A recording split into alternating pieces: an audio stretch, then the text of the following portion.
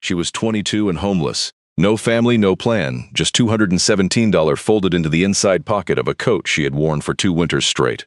And with 5 of those dollars, she bought a condemned stone-way station on a mountain pass in central Montana, 11 miles from the nearest stretch of pavement, in country so empty that the last person to sleep there had walked out good in the autumn of 1987. The county called it a liability. The state called it uninhabitable. But what nobody knew was that locked inside that old roadhouse in a cedar trunk that had not been opened in 35 years was something that would change the rest of her life. Before we go on, if stories like this one mean something to you, take a second and subscribe. And tell us in the comments where you're watching from tonight. We never stop being amazed at how far these stories travel. Wren Calloway had always been the kind of person who watched the road instead of the house. Most children grow up looking inward, toward the warm rooms and the lit windows and the people who are supposed to stay. Wren grew up looking outward, toward the place where the road left town and went thin, and then disappeared into hills she could not name. She wanted to know where things went after they passed by. Her mother, Della, ran the front desk at a motor lodge on the edge of a small town outside Billings, a low brick building with 11 rooms and a flickering vacancy sign that buzzed all night like a trapped wasp. Della worked the desk from 3 in the afternoon until 11 at night, and on the nights when there was no one to watch the girl, she brought Wren with her and let her sit in the office behind the counter with a coloring book and a cold glass bottle of root beer. Wren never colored. She watched the door. People came through that motor lodge from everywhere. Truckers and seed salesmen, families pulling horse trailers, a man once who was walking across the whole country with a wooden cart, a woman with a parrot under her coat, 2 brothers driving their dead father's ashes to a lake in Idaho. They came in out of the dark, paid for a room, and in the morning they were gone again, carried off down the same road they had arrived on, back into the country that swallowed everything whole. Wren wanted to follow every one of them. She wanted to know what the road looked like from inside the car as the lights of the town fell away behind you. She used to press her forehead to the cold office window and watch the taillights shrink to nothing. She was a good student when she bothered, and she rarely bothered. She read books about overland expeditions and lighthouse keepers, and people who lived alone in fire towers, and counted the seasons by the migration of birds. She kept a creased road atlas under her bed and traced the thin gray secondary roads with one finger, the ones that did not lead to cities, the ones that ended in a dotted line and a single warning word like impassable. Her mother found her doing it one night, lying on the floor in the lamp glow, with the atlas open across her knees, and asked what she was looking for. Wren said she was looking for the place that nobody else wanted. Della laughed, soft and tired, and told her there was no money in wanting what nobody wanted. Wren said she wasn't looking for money. She was 8 years old when she said it, and she meant it, and she would still mean it 14 years later, standing in the snow with a deed in her pocket. Her father was not part of the picture and never had been. He had left before Wren was old enough to keep a memory of him, and her mother spoke of him so rarely that the man became less a person than a kind of weather that had passed through once, years before Wren was born, and left nothing behind but her. It was Della and Wren, and it had always only ever been Della and Wren, the 2 of them in a rented duplex with a yard, the size of a parking space and a screen door, that never once latched right in all the years they lived behind it. Della died when Wren was 20. It was her heart, and it was sudden, and it happened on an ordinary Tuesday afternoon in February, in the kitchen between the lunch dishes and the start of her motel shift, with a dish towel still slung over her shoulder. Wren was the one who found her. There was no long illness to brace against, no hospital chairs, no slow goodbye in a quiet room. There was a woman alive at 1 o'clock, and a woman gone by 3, and a daughter standing in a kitchen that smelled of coffee, and the orange her mother had been peeling, holding the phone in her hand, unable for one long suspended moment to remember what number you were supposed to dial when the worst thing had already finished happening. After the funeral, there was nothing left to hold her in place. The duplex was rented and the landlord wanted it back by the end of the month. The car had a note on it that Wren could not pay, and a man came and took it on a flatbed on a gray Thursday while she watched from the curb. The savings, what little there had ever been, went to the funeral home and the cremation and a small granite headstone that Wren bought even though there was no plot to set it on, because she could not stand the thought of her mother having no marker anywhere in the whole wide world. She kept the stone in a closet for a while. Then she could not afford the closet either. She packed everything she still owned into one duffel bag and a backpack, and walked out of the duplex for the last time on a cold morning in March, and she did not look back at it, because there was nothing back there she wanted to carry forward. For almost 2 years after that, she lived in motion. She picked sugar beets near Sydney and tart cherries near Flathead Lake. She washed dishes at a Roadhouse outside Bozeman in exchange for a folding cot in the storeroom and 2 meals a day. She rode buses through the dark across 3 states, learning to sleep sitting upright with her bag chained to her ankle. And one summer, the best of the 2 years, she worked trail crew for an outfit that contracted with the Forest Service, swinging a Pulaski and hauling rock and rebuilding washed-out tread, sleeping in a canvas wall tent at a spike camp 4 miles from the nearest road. The pay was $9.50 an hour. She would have done it for nothing. That summer was the only stretch in 2 years when the ground under her felt, even a little, like it belonged to her. But seasonal work ends when the season does. By the time she was 22, she had slept in 19 different beds that were not hers, and she had learned the particular loneliness of being the one who is always leaving in the morning, the one who never gets to be the light in the window that someone else is driving toward. She was tired all the way down to the bone. She did not want a lease or a credit check or an apartment with a stranger snoring on the other side of a wall thin as paper. She wanted somewhere remote and difficult and hers, somewhere no one else had wanted, because the things no one else wanted were the only things a person with $217 could ever hope to afford. She wanted, just once in her life, to be the one who stayed. If you have ever wanted a place so badly that you could feel it before you ever found it, stay with us, because what Ren found next is the whole reason this story is worth telling. She found the listing on a public library computer in Livingston. On a cold, bright afternoon at the end of April, scrolling through the county's surplus and tax foreclosure pages, because she had learned in 2 hard years that the cheapest land in America is the land that nobody can figure out how to use. Counties end up owning strange things. They foreclose on properties for unpaid back taxes and then cannot sell them, and the parcels sit on the books year after year, dragging down the ledger until some clerk finally lists them for almost nothing just to be rid of the bookkeeping. Most of what scrolled past Ren that afternoon was true junkland. A floodlot you could not build on. A sliver of old right-of-way 9 feet wide. A 1/4 acre stranded under a high-tension power line. And then she found the way station. The listing called it a former roadhouse and county road maintenance structure, stone and log construction, circa 1911, sitting on a 3-4 acre private in holding surrounded on every side by national forest, near the summit of a gap the records called Wayfarer Pass, in the southern end of a range the locals called the Crazies. It had been a freight rest stop in the wagon days, then a snow survey and road crew shelter through the middle of the century, and then, the listing said in that flat clerical way, it had been privately occupied under an old caretaker arrangement until 1987, after which it had reverted to the county for unpaid taxes and sat empty ever since. It had been offered at tax sale 11 separate times since 1994 with no buyer. The current asking price was $5. The catch, and there is always a catch, was everything else about it. The way station was 11 miles from the nearest paved road. 7 of those miles were on a county dirt road. The listing warned was not maintained and impassable from roughly November through May. The last 4 miles were on a closed-out wagon grade that had washed out in 2 places and was, the listing noted with bureaucratic finality, suitable for foot or stock travel only.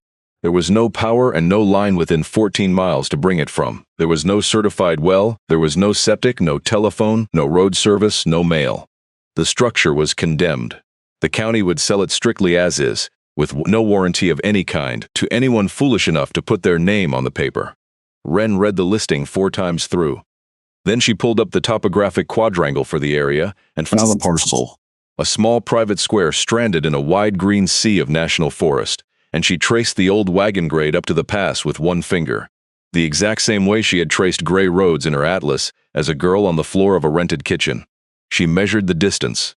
She read the contour lines. She found where the creek ran below the pass, and where the slope faced south and would melt clear of snow first, and where the timber would break the worst of the wind. She sat at that library computer until a staff member came to tell her, gently, that they were locking the doors. And by then Ren had already decided. The way she decided everything, quietly and completely, and without telling a single soul, because there was no longer anyone left in the world to tell. It took her 9 days to do the paperwork by mail and a money order for the recording fee, and another 2 weeks for the deed to come back stamped and registered with her name on the line. Wren Calloway, owner. She sat on a bus station bench and read her own name on the document for a long, long time. It was the first thing she had ever owned in her life that could not be packed into a bag and carried away from her. She spent $94 of what was left on supplies in Livingston. Rice and dried beans and rolled oats and salt, coffee cooking oil, a coil of half-inch rope, a box of long-burning candles, a second hatchet to go with the one she has carried, a roll of heavy poly sheeting, and a tube of construction adhesive. She loaded 51 pounds of it onto a borrowed pack frame and caught a ride as far as the turnoff with a hay hauler who told her, kindly and to her face, that she was out of her mind. Then she shouldered the pack and started walking. It was the 3rd week of May. The snow was off the south slopes, the creeks were running high and brown with melt, and the air at the trailhead smelled of wet earth and crushed sage and that cold mineral smell the high country carries even in spring, the smell of stone that has only just stopped being snow. The first 7 miles on the dirt road took her the better part of a full day. The road climbed in long switchbacks through stands of Douglas fir and lodgepole pine, crossing the creek twice on culverts that had half washed away, and with every turn the valley fell farther behind her and opened wider, until at last she could see 40 miles of it laid out blue and hazy below. She stopped at the creek to filter water and eat half a sleeve of crackers and rest her shoulders, which had not carried 51 pounds since the trail crew, and had not forgotten how it felt. She passed a county road sign faded so pale she could not read a single word of it. She passed an old cattle guard grown thick with grass and the gray standing skeletons of a burn from some fire decades gone, the dead snags pale as bone against the brilliant new green coming up around their feet. She camped that night where the dirt road ended and the wagon grade began, in a flat spot beside the loud creek, and ate cold beans straight out of the pot, and watched the stars come on above the dark ridge one at a time until the whole sky was crowded edge to edge with them. It froze hard before midnight. Wren slept in her thermals inside her mother's old wool sleeping bag, the one thing she had carried unbroken through 2 years of leaving and would not have traded for anything on earth, and she tucked her water bottle into the bag beside her so it would not freeze. And she slept the heavy, dreamless sleep of a body that has done honest work all day. When she woke at first light, there was frost stiff and white on the outside of the bag, and her breath hung in clouds in the still air, and the eastern sky and the dark teeth of the pass was the exact color of a peeled peach. If you are still with us, what she walked into the next morning is the part that gives me chills every single time I tell it. Subscribe now if you want to see how it ends. The last 4 miles climbed the old wagon grade up to the pass, and even ruined, it was a beautiful piece of work. It had been cut into the side of the mountain at a grade gentle enough for a 6-horse freight team to pull a loaded wagon, and it was retained on the downhill side by dry-laid stone walls that men had fitted together by hand more than 100 years before Wren was born, and those walls still held. In 2 places the grade had washed clean off the mountain, and Wren had to pick her way across the raw scar on foot, kicking steps into the loose scree, using her trekking poles for balance over the long drop. The pass itself stood at 7,040 feet, a bare notch between 2 rounded summits where the wind came through steady and cold no matter the season, and when she finally topped out into it, she stopped and turned and looked back the way she had come, and then forward the way she was going, and in neither direction was there a single thing by any living human hand. Just rock and timber, and running water and sky, and the long blue shadow of the morning. Just the whole turning world, and her standing in the middle of it. The way station sat just below the pass on the far side, on a level bench of ground above the creek, in a clearing where the grass was already greening between the dark walls of spruce. Wren stopped at the edge of the clearing and did not move for a long while. It was bigger than she had pictured, and far more beautiful and far more ruined. The lower walls were stone, gray granite fieldstone laid up in lime mortar, fully 2 feet thick at the base, the kind of wall a person builds to stand against 100 winters of snow sliding off a mountain. The upper story was log, squared timbers gone dark with a century of weather, the chinking fallen out in long pale gaps. The roof was steep-pitched metal, rusted to the color of dried blood, sagging in one bay where a snow load had finally won the argument but standing. A long covered porch ran the full length of the south face, its posts hand-hewn from whole logs, 3 of the 7 leaning out of true. And over the door, on a single plank weathered to silver, someone had carved letters a long time ago, and the years had nearly erased them. But in the low, slanting morning light, Wren could just make out what they had once said. They said, "All welcome." She walked across the wet clearing and the grass dragged at her boots, and a meadowlark sprang up out of it ahead of her, pouring out its long liquid song into the cold air. The porch boards groaned and gave under her weight, soft with rot at the edges, still sound through the middle. The door was held shut by a hasp and a padlock the county had screwed on years before, and the padlock had rusted into one solid orange lump, but the wood of the jamb had gone so soft with rot that when Wren set her shoulder against the door and pushed, steady and hard and patient, the whole hasp tore free of the rotten wood, with a sound like a root letting go of the ground, and the door swung slowly inward into the dark. The smell came out to meet her first. Cold stone and old wood smoke soaked deep into the timbers over 100 years of fires, and dust and the faint sweet rot of mouse, and under all of it, the clean mineral smell of a room that has been sealed against the weather for 35 years. Wren stood in the open doorway and let her eyes find their way into the dark. Then she stepped inside. It was one great room, with a stone fireplace at the far end big enough to stand a child upright inside, blackened all the way up the throat by a century of fires. The floor was wide pine planks, gray with dust but solid as bedrock underfoot. A long trestle table ran straight down the middle of the room, the kind of table built to feed an entire freight crew at once, with a bench down each side worn pale and smooth where 1,000 pairs of elbows had rested. Along one wall stood a cook stove, cast iron, an old majestic range surface rusted but whole, its firebox door hanging open like a mouth. Along the opposite wall, a row of bunks stacked 3 high, the rough frames still standing, a few of them still strung with rotting rope lacing. There was a dish dresser holding a cracked enamel basin and a stack of tin plates furred gray with dust. There was a rocking chair set by the cold hearth, and there was a felt hat, battered and shapeless, hanging on a wooden peg by the door, exactly where its owner had last hung it. Everything was as it had been left. Nobody had taken a single thing. Nobody in 35 years had even come far enough to look. The place had been too remote and too poor, and too much trouble for too long, and so it had simply waited, holding its breath in the dark, for someone willing to walk 11 miles uphill to find it. Wren moved through the room slowly, touching nothing at first, only looking.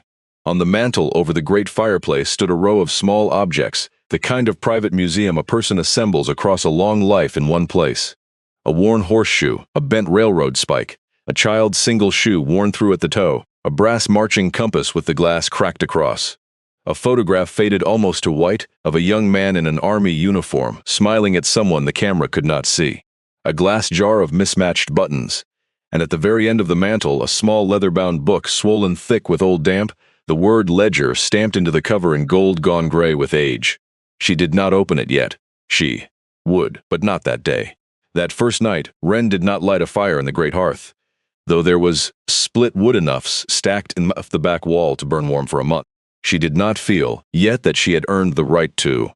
She slept instead on the floor near the door, rolled in her mother's wool bag, listening to the old building talk to itself in the dark, the small tickings and groanings of ancient wood, letting go of the day's last faint warmth, the wind working its fingers into the gaps in the chinking, and once, far off, the long coughing scream of a mountain lion somewhere down the valley, a sound that stood every hair up on her arms, and made her smile in the dark anyway, because it meant she was somewhere truly wild at last, somewhere truly and finally hers. If a place has ever felt like it was waiting for you, you already understand exactly what Wren felt that first night. Hit subscribe and tell us about it down in the comments. We read every single one. She spent the first weeks making the way station fit to live in, and the work was the hardest of her life, and she loved every aching hour of it. She swept 35 years of dust and mouse nest and pack rat midden out of the great room, hauling it out a full basin at a time and dumping it well past the spring. She chinked the worst of the gaps in the log walls. With mortar, she mixed by hand in a bucket from a sack of lime she carried up over the pass on her own back, a trip that took her 2 full days because she could only manage 40 pounds of it at a time, and had to cache half and come back. She cleared 100 years of hardened creosote out of the great chimney by tying a weighted gunny sack to her rope and working it up and down the flue until her arms gave out, and her face and hair were black as a collier's. She tarred, and patched the sagging bay of the roof with the poly sheeting and the construction adhesive, crawling out onto the steep rusted metal in the gray early mornings when the dew made it slick and treacherous, telling herself the whole time that this was only a temporary fix and that she would do it properly come full summer, and knowing even as she said it that she would keep that promise. She found the spring 50 yards north of the building, exactly where the lay of the old grade had led her to expect it, a stone-lined box someone had set into the hillside more than a century before, the water rising up out of it clear and cold, and tasting faintly of iron and snowmelt and the dark inside of the mountain itself. She found a root cellar dug into the slope behind the building, its plank door fallen but its chamber dry and sound, cool and dark and perfect for keeping the little she had. She found hung carefully along the back wall of the lean-to not just firewood but tools, crosscut saw, a broadaxe, a draw knife, a froe for splitting shakes, a whole wall of implements oiled and hung by a careful hand and touched only lightly by rust in all the years since, as though their owner had stepped out fully expecting to come back.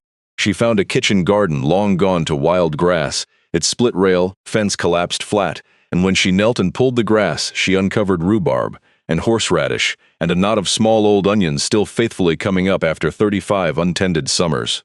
The sight of those stubborn living things, keeping a dead man's garden, going long after the man himself was gone, put a lump in her throat she could not have explained to anyone. The place taught her the way Asa had promised it would, in the only language it knew, which was the language of consequence. It taught her that wood you split in July burns warm in January, and wood you put off splitting does not burn at all. It taught her that water carried up from the spring in the dark is heavier than water carried up in the light, and that a roof patched poorly leaks exactly over the bunk. She learned the weather of the past before she learned anything else, because the weather of the past would kill a careless person and had no patience for excuses. She learned to read the long mare's tail clouds that meant the storm was 3 days out, and the hard brassy color the sky went the morning before a real blow, and the particular hush that fell over the clearing, the birds gone silent all at once, in the last half hour before the snow. She made mistakes that first season, and the mountain charged her for every one of them in cold and sweat and lost sleep. And she paid the bills without complaint, because she understood at last that this was what she had wanted since she was 8 years old. Not ease, consequence. A life where the things she did mattered, and the ground under her kept the account. She walked out to town and back every 2 weeks that first summer, 11 miles down and 11 miles up, and the walk became a kind of liturgy she came to need. She would leave before dawn and reach the turnoff by midday and ride into Livingston, whatever rancher or hay truck or fence crew happened along, and she would do her small shopping, and she would eat one hot meal at a diner on Main Street called the Stockman, run by a heavyset woman named Donna Reyes, who wore silver rings on every finger and had a laugh you could hear clear out on the sidewalk. By Wren's third visit, Donna had her order down without being asked. Chicken fried steak, eggs over hard, and coffee she kept topping off without a word. By the fifth visit, Donna had started setting aside the day-old bread and the bruised produce in a paper sack she left waiting by the register, and she would not take so much as a dime for it, and she would not be argued with about it either. Wren learned slowly to stop arguing and just say thank you. It was Donna who first said the name out loud. Wren had been telling her, across the worn yellow formica of the counter, about the place she had bought, and Donna had gone suddenly still with the coffee pot held up in the air, and she had said, very quietly, "Honey, you bought Asa's place." Wren said she didn't know whose place it had ever been. She said the listing had only called it a way station.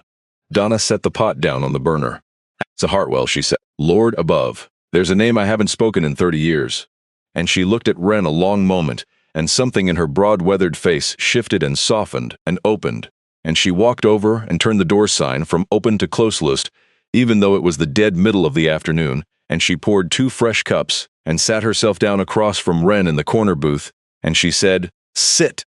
I am going to tell you about the man whose roof you have been sleeping under." But that part, the part where Wren learned exactly who Asa Hartwell had been, comes a little further along in the story. First, she had to find what he had left behind. And if you want to know what was sealed inside that cedar trunk, subscribe right now, because we are getting very close. It was the long rains of June that finally drove Wren to open the trunk. A cold storm settled down over the pass and sat there for 4 solid days, raining steady and gray, and and there was nothing to do but keep the great fire fed and wait it out. On the second afternoon of it, restless and bored and at last feeling that the place was enough hers to go properly through it, Wren began to truly explore. She climbed the ladder to the loft over the bunk end of the room, a low cramped space tucked up under the rafters that she had not yet had any reason to visit, and there, far back under the eave, beneath a moth-eaten gray wool blanket and a stiff coil of old harness leather, she found the cedar trunk. It was a beautiful old thing, a steamer trunk banded in brass gone green with the years, the cedar lining still faintly fragrant when she lifted the lid and the smell rose up to meet her. It was not locked. Whoever had closed it last had simply latched it and walked away and never come back. Wren knelt under the low rafters, with the rain drumming hard on the metal roof 2 feet above her head, and she opened it. The first thing inside was the ledgers. Not one but 11 of them, leather-bound account books, the kind a careful shopkeeper keeps, stacked in strict order, each one labeled along the spine in a slanting, old-fashioned hand with a span of years. 1949 through 1952, 1953 through 1956. On and on down the stack, 11 volumes in all, the final one ending in 1987.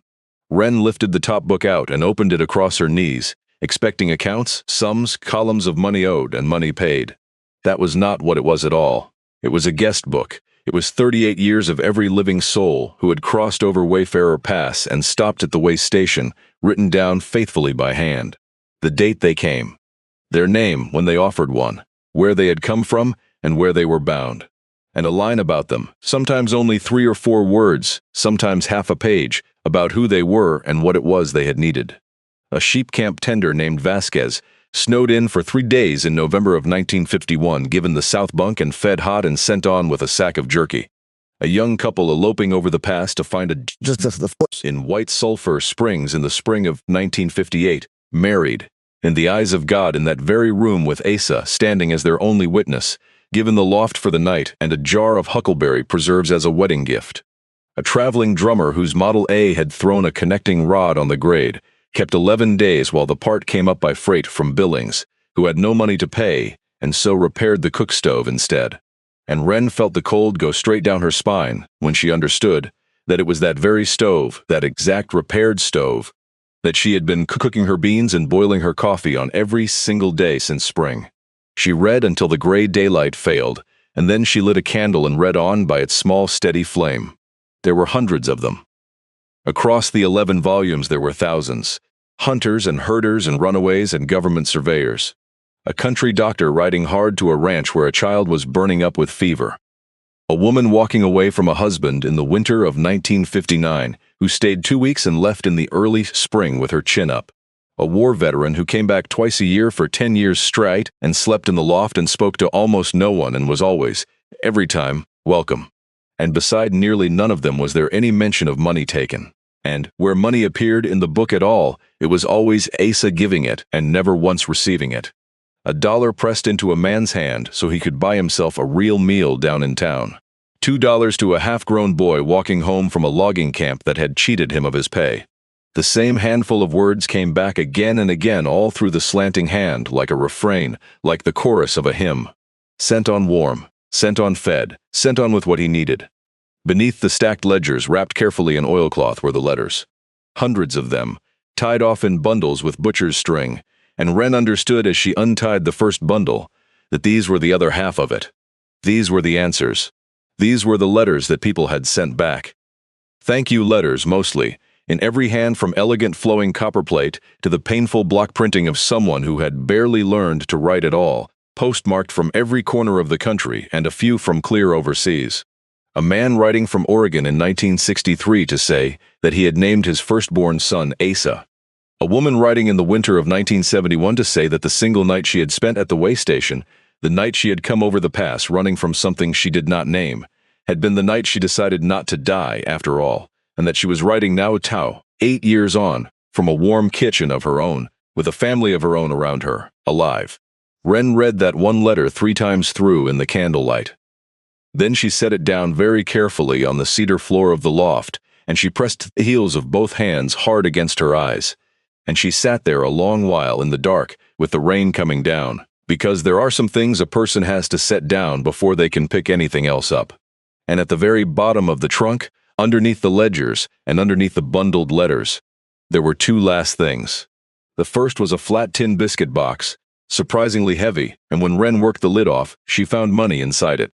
Old paper bills, 5s and 10s and 20s, bound up in stacks with paper bands, and a single sheet of paper folded on top in that same slanting hand.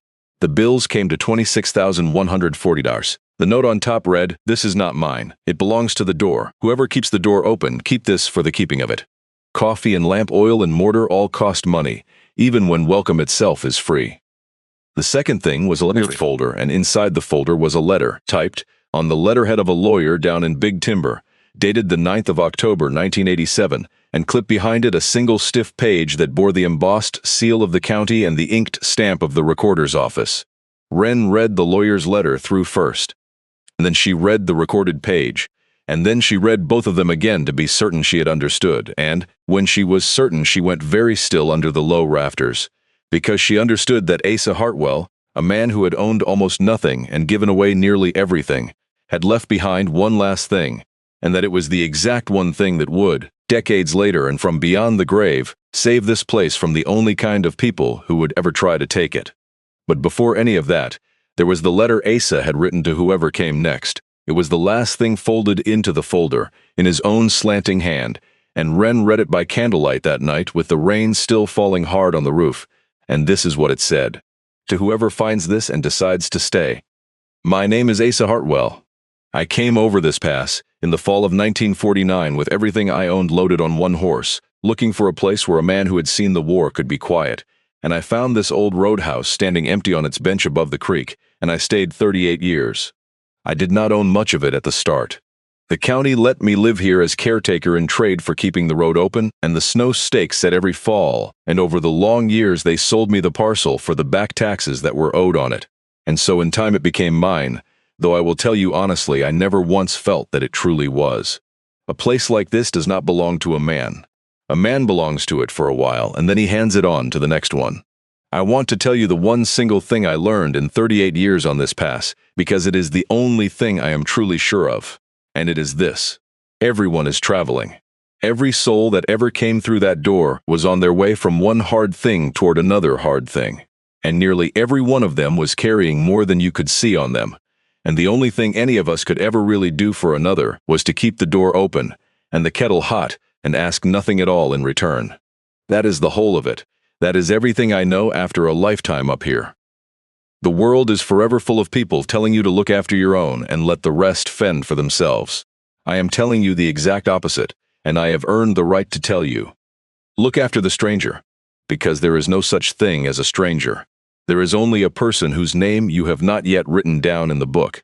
I am old now, and my heart has gone poor, and I do not believe I will see another winter come, and I am writing this down, so that whoever comes after me will know what this place is for. It is not a house. It is a door. Keep it open. The money in the tin is for the keeping of the door and not for you. Though if you have come up here as poor as I once came, I will not begrudge you a cup of its coffee now and again. The papers in the folder will matter someday. And when that day comes, you will know it. A clever man once tried to take this place away from me for reasons of his own, and I made certain, with the help of one honest lawyer, that no clever man would ever be able to take it from anyone again. Read those papers carefully. Keep them safe and keep them where they can be found. Take care of the roof because the West Bay will go first. The spring will never once fail you, not in the driest August. The garden asks of you only that you pull the grass. And when someone comes over that pass cold and tired and afraid, the way you came, the way I came, the way every one of us came, open the door to them and write down their name in the book and send them on warm. That is all of it. The mountain will teach you the rest, the way it taught me. Asa Hartwell, Wayfarer Pass. October 1987. Wren folded the letter closed and held it in both her hands and looked across the dark loft, and down at the door below, the door over which a hand long since turned to dust had carved the words, "All welcome," more than 100 years before either she or Asa had been born into the world. And she said out loud, to no one and to everyone, "All right then, I'll keep it open. If that letter caught you the way it caught me, do me one favor and subscribe, and stay right here with us, because the clever man that Asa warned about in his letter, he had a grandson, and the grandson was about to come up the pass." The next time Wren walked into town, she sat down in the corner booth at the Stockman And Donna Reyes told her the rest of it, the parts that the ledgers themselves did not hold, the parts you can only know if you were there to live them. Donna's own mother, it turned out, had been the young woman who walked away from a husband in the bitter winter of 1959 and stayed 2 weeks at the way station and left in the spring with her chin up. Asa Hartwell saved my mother's life, Donna said, turning her coffee cup slowly in its saucer with her ringed fingers, and he never once, not one single time, made her feel like she owed him a thing for it. She always said that was the rare part. She said plenty of people in this world will help you when you are down. Not so many can help you and still let you keep your pride at the same time. Asa could. He did it for her. And he did it for 40 years of strangers, and he died with $26,000 in a tin that he thought of as belonging to a door. Donna's mother had named her daughter after the place. Donna was short for Donatella, and it had begun as a private joke between her parents, a name that meant a thing given, a gift, a child of the giving. Donna had carried that name her whole life, without ever fully feeling the weight of it, and only now, telling it across the booth to a homeless girl who had bought Asa's roof for $5, did the meaning of her own name finally come all the way home to her, and her eyes shone, and she had to look out the window at the street for a moment before she could go on. And there were others around Livingston who remembered him. The old man who ran the hardware store, whose own father had been the traveling drummer who fixed the cook stove. The retired schoolteacher whose great-aunt had been married in the great room in the spring of 1958 and had kept the empty huckleberry preserve jar on her windowsill until the day she died. The county clerk, near retirement now, who as a young woman fresh in the job had typed up the very documents that sat in Asa's leather folder, and who remembered the lawyer down in Big Timber who had drawn them, and remembered, more importantly, exactly why he had drawn them. Word went all around Livingston that summer. The slow, sure-way word travels in a small town that a young woman had bought Asa Hartwell's old place and was living up there alone and keeping it the way Asa had kept it, and people Wren had never once met began to nod to her on the street. A rancher she did not know left a wrapped side of beef for her at the stockman with her name on the butcher paper. An old woman she had never spoken to pressed a jar of chokecherry jelly into her hands outside the post office and walked away without ever giving her name. And Wren began, without ever quite deciding to keep the door open.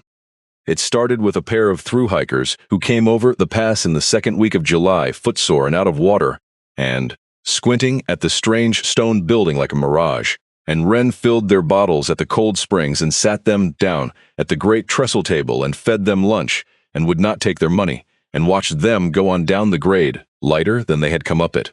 She wrote their 2 names in a fresh ledger she had bought down in town, the 12th volume, the first new one since 1987.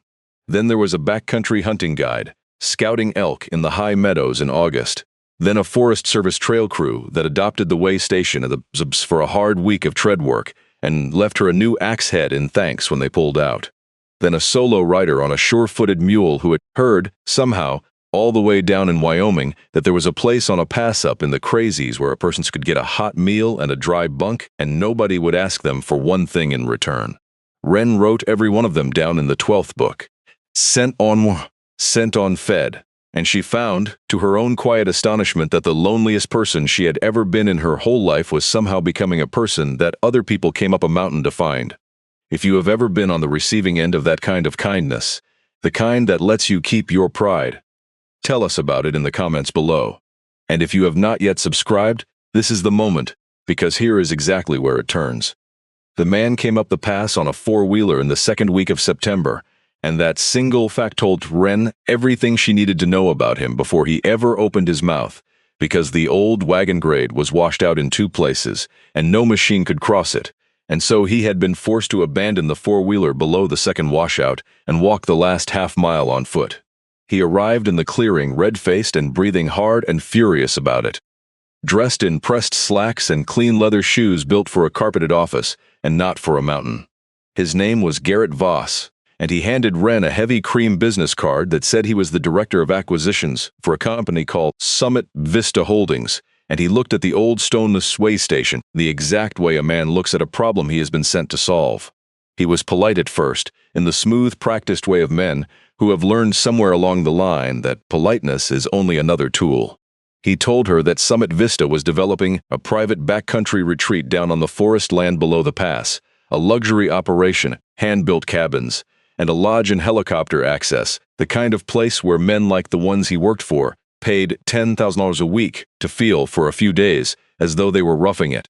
He told her that her parcel, her 3-4 useless condemned acres, was the only piece of private land controlling the historic access route into the entire valley, and that without it, his company's whole plan had a hole punched straight through the middle of it. And then he told her, smiling the entire time, that he was authorized to offer her $400,000 for it, cash, that very day. Wren Calloway was 22 years old. She had 46 left in a coffee tin under the bunk, and a deed to a condemned building, and a wool sleeping bag that had belonged to her dead mother. And a man in clean leather shoes had just offered her $400,000.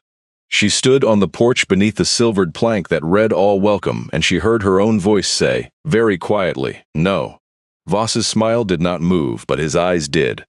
He had plainly never once, in all his career, considered that the answer to $400,000 could simply be no. He explained again, more slowly now, the way a patient man explains a thing to a slow child, exactly what that kind of money could do for a girl in her particular situation. Then he began, still smiling, to lay out the other side of it. He pointed out that the building was condemned, that the county could at any time compel her to bring it up to code, or else condemn it outright and be done with her. He pointed out that the access road was a county liability they would likely be glad to close. He pointed out, his voice never once losing its pleasant edge, that there were 100 quiet ways a remote parcel like this one could become a great deal more trouble than it was worth for a young woman living all alone in the middle of nowhere with winter coming on. He never once called any of it a threat. He did not have to. He set his cream business card down on the porch rail, and he turned and walked back down the grade to his stranded four-wheeler, and Wren stood and watched him go and felt the old cold fear come rising up in her. The fear she had carried since the morning she walked out of her mother's empty duplex with everything she owned strapped to her back. The fear of being, always and forever, the person that things get taken from. And then she remembered the folder. If you didn't see what's coming next, neither did Garrett Voss. Subscribe and stay right here, because the way an old dead caretaker handled this man is the best part of the whole story. She rode into town the very next day, and she did not go to the stockman first. She went straight to the county recorder's office, and she laid Asa Hartwell's papers down flat on the counter, and the old clerk near retirement put on her reading glasses and bent over them. And slowly the woman began to smile. Because here is precisely what Asa Hartwell had done in October of 1987 with the help of one honest lawyer down in Big Timber back when an earlier clever man, Garrett Voss's own grandfather as it would turn out, a land speculator who had tried to buy up the whole pass for a mining scheme that never came to anything, had first come sniffing around the place. Asa had recorded a permanent covenant against the deed. The lawyer's letter called it the Wayfarer's Covenant, and it was the kind of restriction that lawyers say runs with the land, meaning it binds the land itself and not merely the person who happens to own it, and it follows that land down through every sale and every inheritance, and even through a tax foreclosure forever, attaching itself to every owner who ever comes after. The covenant did two things, and they were simple, and they were ironclad. First, it restricted the parcel in perpetuity to use as a public shelter for travelers, and nothing else. And second, it granted to the public a permanent right of passage over the old wagon grade, where it crossed the parcel, so that the road across Asa's land could never lawfully be closed to anyone ever. In plain words, the way station could never be anything but a way station. The road across it could never be locked against the public, and the parcel could never be sold to, or used for a private development that shut the public out of the pass. The covenant had been recorded properly against the deed in 1987. When Asa died that same autumn with no living heirs, the parcel had eventually gone back to the county for the unpaid taxes, and the county had eventually sold it for $5 to a homeless girl named Wren Calloway. But the covenant had ridden quietly along with the land through every step of that, exactly as Asa and his honest lawyer had built it to do. It bound the county while the county held it. It bound Wren now, and Wren was glad down to her bones to be bound by it. And it utterly destroyed any value the parcel could ever hold for Summit Vista Holdings, because the one single thing a $10,000 a week private retreat can never abide is a public right-of-way and a free open shelter for any wanderer sitting square in the middle of its only gate. Asa Hartwell had owned almost nothing in his life and had given away nearly all of it, And the one true piece of cleverness in his whole long quiet existence he had spent not on protecting himself, and not on growing his money, but on making certain that no rich man would ever be able to close the door that he had spent 38 years of his life holding open. He had reached forward across 35 years, and his own death, and a girl he would never live to meet, and he had defended Wren Calloway before she had even been born. The clerk made Wren a full set of certified copies, every page stamped and sealed, and the retired schoolteacher who sat on the board of the County Historical Society heard about it. Within the hour, the way news moves in a small town, and within the same week she had the Old Way Station entered onto the State Register of Historic Places, which wrapped a second hard layer of armor around it that no developer alive could ever cut through. When Garrett Voss came back up the pass on foot this time, having at least learned that much, Wren met him standing on the porch and handed him the certified copy of the Wayfarer's Covenant and watched him read it through. She watched the smooth, easy confidence drain out of his face, line by line, as he came to understand that there was nothing here to buy, that there never had been anything here to buy, that an old caretaker dead and gone for 35 years had reached up out of his grave and locked this gate against his grandfather, and against him, and against every the money like them, and then that no amount of money like forever, then no amount of money on Kofti on earth could pick a lock like that. He had climbed the mountains certain that everything in the world has its price. He went back downtown, it having finally met the one thing that does not. He tried for a while longer in the way of his kind, because men like Garrett Voss do not lose gracefully. There were letters from lawyers. There was a pointed query to the county about the condition of the condemned structure, which the Historical Society designation quietly buried. And there was, one ugly week in early October, a survey crew that came grinding up the grade with their tripods and their stakes, and Wren walked out and met them at the property line with the deed held in one hand.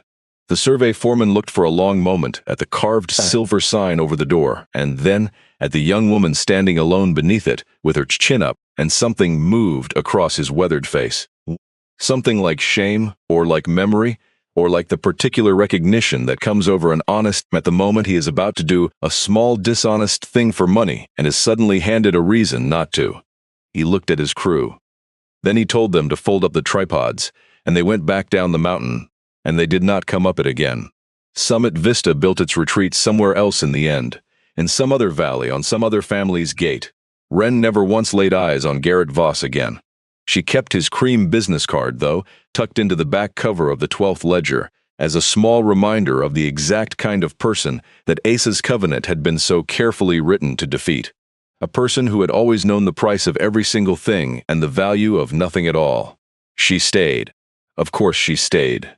She stayed through that first winter which very nearly killed her, and which she would not have traded for any other winter of her whole life. The snow came down in earnest in the third week of October, and did not finally let go of the high country until the middle of May, and at the deepest of it the way station lay buried to its eaves, a low white hump on a white mountain. Wren learned to climb up and shovel the heavy snow off the roof every week so that the load would not finally crush the patched West Bay the way it had crushed it once before. She learned to bank the great fire down low every night so that a bed of coals would still be glowing when she crawled out into the cold dark before dawn. She learned to snowshoe the 7 miles of buried dirt road, out to the turnoff once a month for supplies, hauling them back up behind her on a sled lashed with the same half-inch rope she had carried in that first day. She was entirely alone for 53 days during the deepest stretch of that winter, and she was not lonely, not even once, because the great room was full of voices now, 11 volumes of them stacked on the mantel, and through the long black evenings she read the old ledgers the way other people read scripture, slowly and twice over, and aloud sometimes just to hear the names. She used $1,340 from Asa's tin across that first year, every dollar of it for mortar and lamp oil and roofing nails and coffee, and she wrote down every single cent of it in the back pages of the 12th ledger exactly the way Asa had taught her without ever meeting her, because the money was not hers. The money belonged to the door. When the spring finally came, she rebuilt the sagging west bay of the roof properly, the way it should have been done, splitting cedar shakes by hand from a great windfall log with Asa's own froe and maul, the way he would have split them, the way men had been splitting them on that pass for more than 100 years. She rehung the heavy front door so that it swung true and latched clean, the way her own family's screen door never once had in all the years she lived behind it. She set the snow stakes out along the grade in the fall, marking the buried road for whoever might need it, exactly as the county had once paid Asa to do, though no one paid Wren a cent for it, and she never thought to ask. She pulled the grass from the old garden, and the rhubarb came back, and the horseradish came back, and the stubborn small onions came back yet again, and she planted potatoes and carrots, and a long row of sunflowers that nodded all that summer over the split-rail fence she had built back up by hand. And the travelers kept coming, more of them with every passing year, because word moves through the back country exactly the way it moves through a small town, slow and certain, and passed from one mouth to the next around a fire. Hikers and hunters and herders. A pair of schoolteachers on a long summer ramble who stayed 2 nights and washed every dish in the place before they left. A man walking the whole spine of the continent, north to south, who had heard from someone there was a door. And one morning in the 2nd August, an old man came slowly up the grade leading a pack horse. And Wren knew before he spoke who he had to be, because he stopped at the edge of the clearing and stood looking at the stone walls and the silvered sign for a long time without coming closer, the way a person stands at a grave.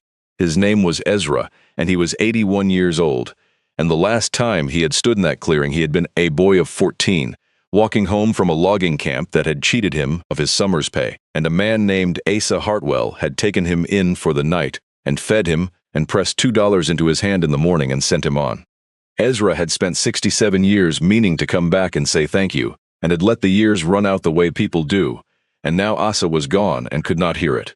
So Wren sat the old man down at the great trestle table where he had once sat as a hungry boy, and she fed him, and she would take nothing for it, and when he tried to press money on her at the door, the next morning she folded his hand shut around it gently and told him the same thing the book had told her 100 times over. The door does not take money. The door only takes your name. And she opened the 12th ledger and wrote it down. Ezra, come home at last, and the old man wept at the table like the boy he had been, and went on down the mountain lighter than any pack could account for.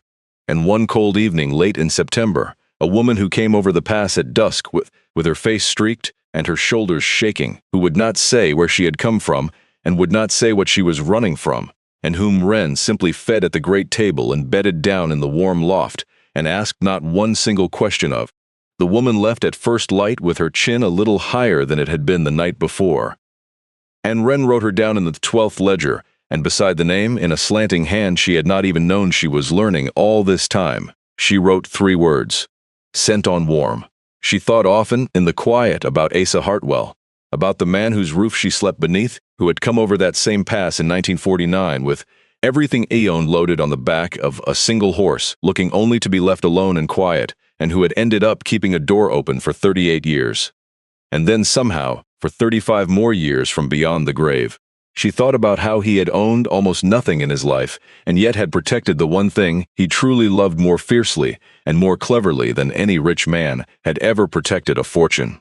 And she came to understand, slowly, across that first winter and the springs and summers that followed, that the real inheritance Asa Hartwell had left her was not the money in the tin, though the money was real, and not the building itself, though the building was solid and hers. The real inheritance was the proof, 11 volumes of proof, written out in a dead man's slanting hand, that a single ordinary person, with no power and no wealth, and nothing in the world to give but welcome, can pour kindness into strangers across a whole long quiet lifetime, and have it come back, decades on, as the exact thing that saves the place he loved. And she thought, too, about her mother. About Della Calloway, who had run a motor lodge front desk for $11 an hour, and had let the whole road in through her door every single night, and had never once turned away a soul who needed a room. Who had raised a daughter that watched the door instead of the house, and had thought, surely, that it was only a phase. Wren understood now exactly what she had been watching the door for all those years, with her forehead pressed to the cold office glass. She had been watching for this. For the place where the road went thin and finally disappeared, and for the door standing at the end of it. And for her one chance in this world to stop being the one who is always leaving in the morning, and to become, at last, the one who holds the door open for everyone else. That is the truth about the places that pull at us, the ones we trace with a finger on a map for years and years before we ever stand inside them. They are not waiting empty for us. They are full to the rafters with everyone who loved them first. The way station was not Wren's because she had paid $5 for it at a county tax sale. It was Wren's because Asa Hartwell had paid for it first, with 38 years of open-handed welcome and one quiet act of cleverness at the very end. And because Della Calloway had paid for it too, in her own way, with $11 an hour and a door she never locked against the night. And because 100 years of freight teamsters and runaways and doctors and brides and broken men had paid for it. Every one of them, with their names written down in the book.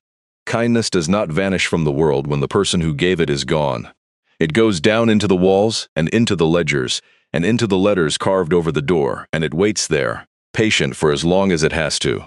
And when the right person finally comes walking up out of the cold, it opens to them like a spring that has never once, in 100 years, run dry. Wren Calloway was 22 years old and homeless, with $217 to her name and no one left in the world, and she spent $5 of it on a condemned Stoneway station, 11 miles from the nearest pavement, on a high pass in the mountains of Montana, under a silvered plank that read "All Welcome." It was the best $5 anyone ever spent. And every traveler who crosses Wayfarer Pass today, cold and tired and afraid, comes at last to a door that stands open, and a kettle that is hot, and a young woman who asks them for nothing, and writes down their name in the book and sends them on warm. Because that is what the door is for, and that is what she inherited, and that is the only kind of fortune in this whole world that grows larger the more of it you give away. If this story meant something to you tonight, subscribe to the channel and share it with someone who needs to hear it. And tell us down in the comments, has anyone ever kept a door open for you when you had nowhere else in the world to go? We would truly love to hear about it. We'll see you in the next one.